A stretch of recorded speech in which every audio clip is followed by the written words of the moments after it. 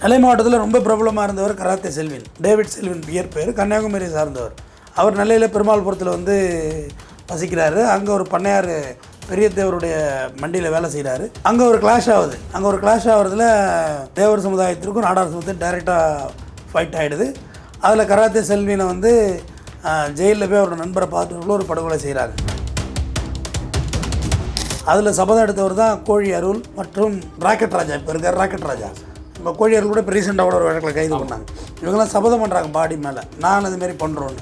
அதேமாரி அந்த கொலைக்காரன் கட்டத்துறையை இங்கே சென்னை எக்மோரில் வச்சு கொலை பண்ணிட்டாங்க. வெங்கடேச பண்ணையார் கிட்டத்தட்ட ஒரு 5000 ஏக்கருக்கு சொந்தக்காரராக இருப்பார். அவ்வளோ பெரிய பணக்காரர் அவர். அவர் ஜெயலலிதாவோட ரொம்ப விசுவாசமாக இருந்தார். ஆனால் ஜெயலலிதா பீரியடில் என்கவுண்டர் செய்யப்பட்டார். இந்த சூழ்நிலையில் தான் ஒரு பழி தீர்ப்புக்கு பசுபதி பாண்டியன் படுகொலை செய்யப்படுகிறார். அதுக்கு முன்னாடியே பசுபதி பாண்டியனையும் அவர் மனைவியும் காரில் போகல பாம்பு அடிக்கிறாங்க. சம்பவ இடத்திலே பசுபதி பாண்டியனோட மனைவி படுகொலை செய்யப்படுகிறார். பசுபதி பாண்டியன் குத்துயிரும் குலையுருமா பழிச்சிடுறாரு. மறுபடியும் அவருடைய சொந்த ஊர் திண்டுக்கல்ல வச்சு மர்டர் பண்ணுறாங்க அவரை. ராக்கெட் ராஜா அண்ணனுடைய ரீசெண்ட் இன்டர்வியூ கூட ஒன்று பார்த்தோம். பிரச்சனை வேண்டாம், நம்ம ஏன்னா பிரச்சனை பண்ணணும்னு நம்ம ஆசைப்படலையே, எல்லாருக்கும் முடிவு வேணும்ல அப்படிங்கிற மாதிரி தான் அவரும் சொன்னார். ஆல்மோஸ்ட் எல்லாருமே இன்றைய சூழலில் பார்த்தீங்கன்னா எல்லாம் களைச்சி போச்சு. 50-60 வருஷம் இதே வேலையாக இருந்தால் எப்படி? நெல்லை மட்டும் ஒரு சின்ன குழப்பத்தில் இருக்குது. எப்படின்னா பாக்கி நான் சொன்ன மாவட்டத்திலலாம் ஒரு சமுதாய மக்கள் மெஜாரிட்டியாக இருப்பாங்க, இன்னொருத்தவங்க கம்மியாக இருப்பாங்க. ஆனால் நெல்லை அப்படி இல்லை. நெல்லை ஒரு ட்ரையாங்கிள் முக்கோணம் மாதிரி உள்ளது. நெல்லை முக்குளத்தூர் சமுதாயம், தேவேந்திர குல சமுதாயம், நாடார் சமுதாயம் மூணுமே ஈக்குவல் டஃப். ஸோ அதனால் நெல்லையில் இப்போ இன்றைக்கி நடக்கிற பிரச்சனைகள் எதுவுமே இன்றைக்கி உள்ள பிரச்சனைகள் கிடையாது.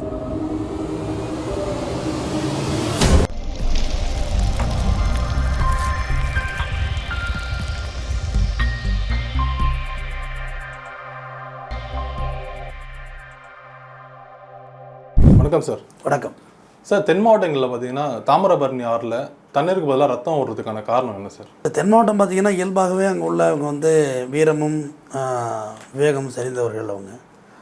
ஆக்சுவலாக தென் மாவட்டங்கிறது மதுரை இருந்தப்போ தான் தென் மாவட்டம் முழுசாக இருந்துச்சு. இப்போ மதுரைங்கிறது பிரிஞ்சுட்டு மதுரையிலேருந்து எல்லாம் மதுரை பிரியலை, மதுரையிலேருந்து எல்லாம் பிரிஞ்சுட்டு தேனி பிரிஞ்சு போய்ட்டு இந்த பக்கம் சிவகங்கை காரைக்குடி எல்லாமே கன்னியாகுமரி வரையுமே ஒரே பெல்ட்டாக இருந்த ஒரு இடம் தான் அது. தனித்தனியாக அது பிரிஞ்சு போக ஆரம்பிச்சிட்டது. இந்த பக்கம் ராமநாடு பிரிஞ்சு போயிடுச்சு. இப்போ மதுரையில் பார்த்திங்கன்னா நிறைய IT industries, Mattuthavani bus stand, high court branch இதெல்லாம் ஹார்ட் ஆஃப் சிட்டி ஆகிட்டு மதுரை. மெட்ராஸ் மாரி வச்சுங்க மதுரையை. மெட்ராஸோட ஒரு படி மேலே வச்சுங்க. ஏன்னா 24 ஹவர்ஸ் அங்கே சாப்பாடு கிடைக்கும். நைட்டில் கூட இட்லி சுட்ட இட்லி, மெதுவடை அது ஃபேமஸ். தூங்கா நகரம் ஏன்னா பெரிய ஜங்ஷன் ஆகிட்டு மாட்டுத்தாவணி பிரம்மாண்ட ஜங்ஷனு. ஸோ மதுரையை பொறுத்தவரையிலையும் அதுலேருந்து லெஃப்ட் ஆகிட்டாங்க எல்லாருமே. பழைய பிரச்சனைகளில் உள்ளவங்க சில பிரச்சனைகள் இருக்குது. அது தனிப்பட்ட கோபத்துக்காக நடக்கிற கொலைகள் அது கொஞ்சம் நடந்துக்கிட்டு இருக்குது. அதை தொடர்ந்து ராமநாதபுரம் போய் பார்த்திங்கன்னா அது ஒரு காலத்தில் முதுகுளத்தூர் கலவரம் அப்படி இப்படி அது பழைய ஸ்டோரி அது. ஆனால் அதுவுமே இப்போ பார்த்திங்கன்னா அந்த மாவட்டங்கள் நிறைய இஸ்லாமியர்களை பார்த்து எல்லோரும் வெளிநாடு போக ஆரம்பிச்சிட்டாங்க. கடற்கரை மாவட்டம் அது. வெளிநாடு போகிறாங்க. மீன் தொழில் அதிகமாக இருக்குது. ராமேஸ்வரம், ராமநாதபுரம் மீன் தொழில் அது ஒரு புறமாக அப்படியே அமைதியாக இருக்குது. இன்னும் கொஞ்சம் ஒரு சில பிரச்சனைகள் அங்கே ஓடிக்கிட்டு இருக்குது. நெல்லையை பொறுத்தவரையிலையும் பார்த்திங்கன்னா நெல்லை மட்டும் கொஞ்சம் காம்ப்ளிகேட்டட். கன்னியாகுமரியை கொஞ்சம் ஒதுக்கி விட்டுறலாம். கன்னியாகுமரி ஃபுல்லாக எஜுகேஷன், அது வழியாக வெளிநாடு இப்படி ஆகிட்டாங்க கன்னியாகுமரி மாவட்டத்தில். நெல்லை மட்டும் ஒரு சின்ன குழப்பத்தில் இருக்குது. எப்படின்னா பாக்கி நான் சொன்ன மாவட்டத்திலலாம் ஒரு சமுதாய மக்கள் மெஜாரிட்டியாக இருப்பாங்க, இன்னொருத்தவங்க கம்மியாக இருப்பாங்க. ஆனால் நெல்லை அப்படி இல்லை. இந்த நெல்லை ஒரு ட்ரையாங்கிள் முக்கோணம் மாதிரி உள்ளது. நெல்லை முக்குளத்தூர் சமுதாயம், தேவேந்திர குல சமுதாயம், நாடார் சமுதாயம் மூணுமே ஈக்குவல் டஃப். மற்றும் இன்னும் முஸ்லீம்ஸ் இருக்காங்க, பிள்ளைமார் இருக்கிறாங்க, கோனார்கள் இருக்கிறாங்க. இப்படி எல்லா கம்யூனிட்டியும் உள்ள இடம் நெல்லை மட்டும். ஏன்னா வாஸ்டான டிஸ்ட்ரிக் வேறு, பெரிய டிஸ்ட்ரிக் வேறு அது. ஸோ அதனால் நெல்லையில் இப்போ இன்றைக்கி நடக்கிற பிரச்சனைகள் எதுவுமே இன்றைக்கி உள்ள பிரச்சனைகள் கிடையாது. அதெல்லாம் ஒரு 50 வருஷத்துக்கு முன்னாடி உள்ள பிரச்சனைகள். கைகள் தான் மாறிக்கிட்டு வருது, கத்தி மாறவே இல்லை. கை மாறிக்கிட்டே கத்தி அதே கத்தி சுழண்டு வந்துக்கிட்டே இருக்குது. இது எல்லாமே அந்த பதிலுக்கு இது, இந்த பதிலுக்கு இது, இப்படியா ஒரு கணக்கு டேலி ஆகிட்டே போகுது. நெல்லை மாவட்டத்தில் ரொம்ப பிரபலமாக இருந்தவர் கராத்தே செல்வின், டேவிட் செல்வின் இயற்பெயர், கன்னியாகுமரி சார்ந்தவர். அவர் நெல்லையில் பெருமாள்புரத்தில் வசிக்கிறாரு. அங்கே ஒரு பண்ணையார் பெரிய தேவருடைய மண்டியில் வேலை செய்கிறாரு. அங்கே ஒரு கிளாஷ் ஆகுது. அங்கே ஒரு கிளாஷ் ஆகிறதுல தேவர் சமுதாயத்திற்கும் நாடார் சமுதாயத்துக்கும் டைரெக்டாக ஃபைட் ஆகிடுது. அதில் கராத்தே செல்வினை ஜெயிலில் போய் அவரோட நண்பரை பார்த்துட்டு ஒரு படுகொலை செய்கிறாங்க. அதில் சபதம் எடுத்தவர் தான் கோழி அருள் மற்றும் ராக்கெட் ராஜா. இப்போ இருக்கார் ராக்கெட் ராஜா. இப்போ கோழியார்கள் கூட இப்போ ரீசெண்டாக கூட ஒரு வழக்கில் கைது பண்ணாங்க. இவங்கெல்லாம் சபதம் பண்ணுறாங்க பாடி மேலே நான் இதுமாரி பண்ணுறோன்னு. அதேமாரி அந்த கொலைக்காரன் அந்த கட்டத்துறையை இங்கே சென்னை எக்மோரில் வச்சு கொலை பண்ணிட்டாங்க. அதே ஸ்டைலில் பாம்பு அடித்து கொலை செஞ்சாங்க. அப்புறம் 2 டீமுக்கும் பயங்கரமாக கொலை நடந்தது. இந்த பக்கம் கொலை, அந்த பக்கம் கொலை. ராயல் கிங் மதன் தேவரெலாம் கேள்விப்பட்டிருப்பீங்க. அவங்களுக்கு இவங்களுக்கு ஃபைட் கிடையாது. அவரெல்லாம் வேறு வேறு அமைப்புகளில் இருந்து ஃபைட் பண்ண ஆரம்பித்தாங்க. எல்லாருமே இருந்துட்டாங்க. ராயல் கிங் மதன்லாம் இருந்துட்டார். அப்புறம் ஒரு வழியாக முக்குளத்தூர் சமுதாயத்துக்கு நாடார் சமுதாயத்துக்கு ஒரு பீஸ்ஃபுல் வந்துச்சு. அதே மீன் டைம் பார்த்திங்கன்னா நாடார்களும் சளைத்தவர்கள் அல்ல. அவங்களும் பொருளாதாரத்தில் வீரத்துலேயும் அவங்களும் எதுலையும் பங்கு கொண்டவங்க. எல்லாமே அவங்களும் செய்யக்கூடியவங்க தான். வெங்கடேச பண்ணையார் இந்த எப்படி சொல்கிறது, கிட்டத்தட்ட ஒரு 5000 ஏக்கருக்கு சொந்தக்காரராக இருப்பார். அவ்வளோ பெரிய பணக்காரர் அவர். அவர் வந்து ஜெயலலிதாவோட ரொம்ப விசுவாசமாக இருந்தார். ஆனால் ஜெயலலிதா பீரியடில் என்கவுண்டர் செய்யப்பட்டார். அப்போ அவருடைய தம்பி சுபாஷ் பண்ணையார், ஆக்சுவலாக பார்த்தா வெங்கடேச பண்ணையாரோட அப்பாவுக்கும் அந்த ஊரில் இருந்த தேவேந்திர குல மக்களுக்கு ஒரு சம்பள உயர்வில் தான் பிரச்சனை ஸ்டார்ட் ஆச்சு. அது இன்றைக்கி வரைக்கும் வந்து நிற்குது. ஒரு கூலி பிரச்சனையில் இன்றைக்கி வரைக்கும் நிற்குது. அப்போ அதுக்கு முன்னாடி சுபாஷ் பண்ணையார் லீட் ஆகிறாரு. அதை தொடர்ந்து பார்த்திங்கன்னா இந்த பக்கம் பார்த்திங்கன்னா பசுபதி பாண்டியன் வளர்ச்சி ஆகிறாரு, ஜான் பாண்டியன் வளர்ச்சி ஆகிறாரு, கிருஷ்ணசாமி வளர்ச்சி ஆகிறாரு. இவங்க எல்லாருமே யாருன்னா தேவேந்திர குல வேளாளர்கள். இவங்க யாருன்னு பார்த்திங்கன்னா பல்லர்னு சொல்லுவாங்க. ஆனால் பல்லர் சமுதாயம் நாங்கள் கிடையாது, நாங்களாம் வேளாண் குடிகள், எங்களை பட்டியலினத்துலேருந்து வெளில அனுப்புங்கன்னு சொல்லி ரொம்ப வருஷமாக போராடுறவங்க இவங்க எல்லாருமே. இன்றைக்கி போராடிட்டு தான் இருக்காங்க. நல்ல வசதியாக வேறு இருப்பாங்க, வீரமாகவும் இருப்பாங்க, பணக்காசு நல்லா புழக்கத்தில் இருப்பாங்க. அதனால் அவங்க நாங்கள் வந்து விவசாயம் பண்ணுறோம், வேளாண் குடிகான்ட்டாங்க. இது ஒரு பக்கம் போயிட்டுருக்கு. இந்த சூழ்நிலையில் தான் ஒரு பழி தீர்ப்புக்கு வந்து பசுபதி பாண்டியன் படுகொலை செய்யப்படுகிறார். அதுக்கு முன்னாடியே பசுபதி பாண்டியனையும் அவர் மனைவியும் காரில் போகல பாம்பு அடிக்கிறாங்க. சம்பவ இடத்திலே பசுபதி பாண்டியனோட மனைவி படுகொலை செய்யப்படுகிறார். பசுபதி பாண்டியன் குத்துயிர் குலையுரமாக பழிச்சிடுறாரு. மறுபடியும் அவருடைய சொந்த ஊர் திண்டுக்கல்ல வச்சு மர்டர் பண்ணுறாங்க அவரை. அதுக்கு உடந்தையாக இருந்த நிர்மலா தேவியை பதில் சைடு மர்டர் பண்ணுறாங்க. அதுலேயும் தீபக் பேர் இருக்குது, தீபக் ராஜா பேர் இருக்குது. அப்புறம் சுபாஷ் பண்ணையாரோட தோட்டத்தில் புந்து போடுறதுக்கு போடுறாங்க, வாழைத்தோட்டம். மாட்டினவங்களை போட்டாங்க, பட் சுபாஷ் பண்ணையார்லாம் அங்கே இல்லை.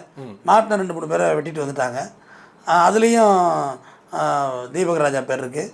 இந்த பாண்டியன்கிறது பார்த்திங்கன்னா பசுபதி பாண்டியன், நாங்கள் பாண்டியன் வழி மன்னர்கள் அப்படிம்பாங்க அவங்க. அதில் உள்ள பேர் தான் எல்லோரும் பாண்டியன் பாண்டியன் வச்சது. ராமர் பாண்டியன்னு சொல்லிட்டு இப்போ ரீசெண்டாக கரூரில் வச்சு மர்டர் பண்ணாங்க பாருங்கள். அவர் இந்த தேவர் ஜெயந்திக்கு போயிட்டு வந்த வண்டியில் பாம்பு அடித்த வழக்கு இருந்துச்சு, அவரை கரூரில் வச்சு மர்டர் பண்ணாங்க.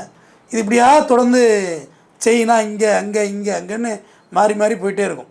இப்போ நம்ம ஊரில் ஒரு கொலை நடந்துச்சுன்னா கொலை நடந்துருச்சு தான் பார்ப்பாங்க. ஆனால் நெல்லையில் எப்படின்னா அவர் என்ன சாதி, அந்த சாதி பின்னாடி அப்படியே சுற்றி வர்றது, எப்படி கேட்க போச்சு நம்ம ஆளுகளை விடக்கூடாது அப்படின்ற ஒரு மனநிலையை வந்துச்சு.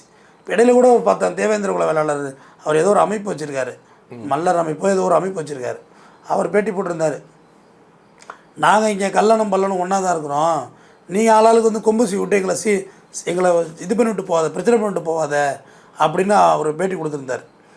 அதாவது ஆல்மோஸ்ட் பார்த்திங்கன்னா கும்பளி ராஜ்குமாராக இருக்கட்டும், கண்ணபிரான், இப்படி நிறையா லீடர்ஸ் இருக்காங்க தேவேந்திர குல வேளாளர். இப்போ பசுபதி பாண்டியனுடைய மகள் சந்தானமேரி தான் இப்போ லீட் பண்ணுறாங்க. அவங்களும் இப்போ நல்லா பேசுகிறாங்க. அவங்க அப்பா சமாதியில் கூட சொன்னாங்க, குடிச்சிட்டு வராதிங்க எங்கள் அப்பா சமாதிக்கு, இதை நான் கோயில் மாரி வச்சுருக்கிறேன் எங்கள் அப்பா அம்மா சமாதியை, குடிச்சிட்டு வர்றவங்களாம் என் கட்சிக்கே தேவையில்லை அப்படின்லாம் பேசுனாங்க. நல்லா அதுவும் ஓகே தான். தீபக் ராஜா பாண்டியனும் அதே தான் பேசினாப்புல, குடிக்காதீங்க, நாங்கள் உங்களுக்காக தான் சிறை எடுக்கிறோம் அப்படின்னு சொன்னார். தனி மனிதனை கொல்வது எங்கள் நோக்கம் இல்லை, இன விடுதலைக்காக நான் கொலை பண்ணுறோம் அப்படிங்கிற மாதிரி அவர் சொன்னார். ராக்கெட் ராஜா அண்ணனுடைய ரீசெண்ட் இன்டர்வியூ கூட ஒன்று பார்த்தோம். பிரச்சனை வேண்டாம், நம்ம ஏன்னா பிரச்சனை பண்ணணும்னு நம்ம ஆசைப்படலையே, எல்லாருக்கும் முடிவு வேணும்ல அப்படிங்கிற மாதிரி தான் அவரும் சொன்னார். ஆல்மோஸ்ட் எல்லாருமே இன்றைய சூழலில் பார்த்திங்கன்னா எல்லாம் களைச்சி போச்சு. 50-60 வருஷம் இதே வேலையாக இருந்தால் எப்படி, எல்லாருக்கும் 52 வயசு ஆகிட்டு, எல்லாருக்கும் வயசு ஆகிட்டு 50க்கு மேலே, அபோவ் 50. இந்த சின்ன பசங்க தான் இப்போ மாட்டிக்கிட்டு வெட்டிக்கிட்டு சாப்பிட்றானுங்க. இவங்க எல்லாருமே ஓரளவு அமைதியாகிட்டாங்க. சரி வேண்டாம் போதும், எல்லோரும் இப்போ உங்கள் தேவர்லேயும் இழப்பு இருக்குது, நாடார்லேயும் இழப்பு இருக்குது, தேவேந்திர குல வேளாளர்லையும் இழப்பு இருக்குன்னா எவ்வளோ நாள் தான் இழந்துக்கிட்டே போகிறது. அது ஒரு முற்றுப்புள்ளி வேணும்ல, ஃபுல் ஸ்டாப் வேணும்ல. அந்த ஃபுல் ஸ்டாப்பை எல்லாருமே விரும்புகிறாங்க, மக்களும் விரும்புகிறாங்க, அரசாங்கம் விரும்புது. ஆனால் அந்த ஃபுல் ஸ்டாப்பு அந்த பழைய நெருப்பில் யாராவது கொஞ்சம் ஊதி விட்டாங்கன்னா அது மறுபடியும் ஃபயர் ஆகிடும். நீங்கள் நினைக்கிற மாதிரி இல்லை, ஒரு கொலை நடந்ததுன்னா அதோட கண்டினியூட்டியாக வேறு நடக்க ஆரம்பிச்சிருது. அதனால் தனிப்பட்ட நபர்கள் அங்கே கொலை செய்கிறது தப்பு தான், தனிப்பட்ட முறையில் பண்ணிக்கிறது தனிப்பட்ட முறையிலே அதை பார்க்கணும். நம்ம அதை வந்து ஒரு சாதிய சாயமாக பின்னாடி பூசி விட்டாங்கன்னா மறுபடியும் பிரச்சனை தான் வரும். அதனால் நெல்லை மாவட்டங்களை பொறுத்தவரையிலையும் அரசாங்கம், கலெக்டர், டிஆர்ஓ, தாசில்தார் தலையிட்டு எல்லாத்தையும் பீஸ் மீட்டிங் வச்சு அவங்கவுங்க வழக்கை அவங்கவுங்க முடிச்சுக்கோங்க. அதை விடுத்து புதுசாக இதில் பிரச்சனை கிளப்ப வேண்டாம்னு சொல்லணும். ஏன்னா நெல்லையில் வந்து எந்த கம்பெனிஸ் எதுவுமே இல்லை, நம்ம நிறைய ஐடி கம்பெனிஸு ப்ரைவேட் கம்பெனிஸ் வந்தால் தான் தூத்துக்குடிலாம் ஒதுக்கிட்டு கருவாடு பிஸ்னஸ்ஸு மீன் பிஸ்னஸ்ஸு உப்பு இண்டஸ்ட்ரி நிறையா வந்துருச்சு, தூத்துக்குடிலாம் ஒதுக்கிட்டாங்க. அங்கேயும் நாடார்கள் பெரும்பான்மை உள்ள இடம் தான். அந்த நெல்லை மட்டும் இந்த பிரச்சனையில் சிக்கிக்கிட்டு தொடர்ச்சியாக சந்திச்சுக்கிட்டு இருக்கு. ஏன்னா நெல்லை வந்து உங்களுக்கு அல்வாவுக்கு ஃபேமஸ்ஸு, அருவாளுக்கும் ஃபேமஸும்பாங்க. இதெல்லாம் திரைப்படங்கள் சொல்லி ஊதி விட்டது, அதெல்லாம் தேவையில்லாதது. அல்வாவுக்கு ஃபேமஸ்னால் அல்வா வாங்கி திங்கலாம், கத்தியை வாங்கி கடிக்க முடியுமா, அருவாளை வாங்கி கடிக்க முடியுமா, அதெல்லாம் சொல்லக்கூடாது. சினிமாக்கள் அப்படியே ப்ரொஜெக்ஷன் பண்ணிக்கிட்டே வருது. சாதிய கொலை, ஆணவ கொலை, பழக்கத்துக்காக கொலை பண்ணுவோம், பழக்கத்துக்காக உசுரை கொடுப்போம், அப்படிலாம் சொல்லக்கூடாது. பழக்கத்துக்காக பணம் காசு கொடுக்கலாம், வேலை வாய்ப்பு கொடுக்கலாம், ஒருத்த கிட்னி கூட கொடுக்கலாம், உசுரை எப்படி எடுக்க முடியும் போய்? இதெல்லாம் வந்து சினிமாக்கள் தேவையில்லாமல் டியூன் பண்ணி ஏற்கனவே அங்கே ஒரு தணலாக எரிஞ்சிக்கிட்டு இருக்குது சாதி, அதில் போய் பெட்ரோலை வச்சு ஸ்ப்ரே பண்ணால் எப்படி? அது ரொம்ப தப்பு இல்லை. அதனால் நம்ம எல்லோரும் ஒரு முறை பிறந்திருக்கோம், இங்கே ஒரு முறை இறக்க போகிறோம். நான் எந்த சமுதாயத்தையும் எந்த ரவுடியத்தையும் உயர்த்தி நான் பேசுவோம் அல்ல, ஒருபோதும் செய்ய மாட்டேன். நம்ம எல்லாம் ஒன்றா இருக்கோம், எல்லோரும் ஒன்றா சந்தோஷமாக ஒரு முறை இறந்து போவோம். அதை விடுத்துட்டு எல்லாம் வாழ வேண்டிய பிள்ளைங்க எல்லாம் விட்டுப்பட்டு சாகிறது வந்து மனித குலத்துக்கே அழிஞ்சு போவோம்.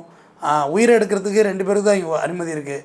ஒன்று இயற்கை கடவுள், இன்னொன்று நீதிபதி. பாக்கி யாருக்கும் இங்கே உயிரை எடுக்கிறதுக்கு அனுமதி இல்லை. தொடரும் இந்த இளைஞர் கொலைகள் தேவையில்லை. நெல்லையில் தாமிரபரணியில் தண்ணீர் தான் ஓட வேண்டும். இரத்தமாக ஓடுவது மிகவும் வருத்தத்துக்குரியது.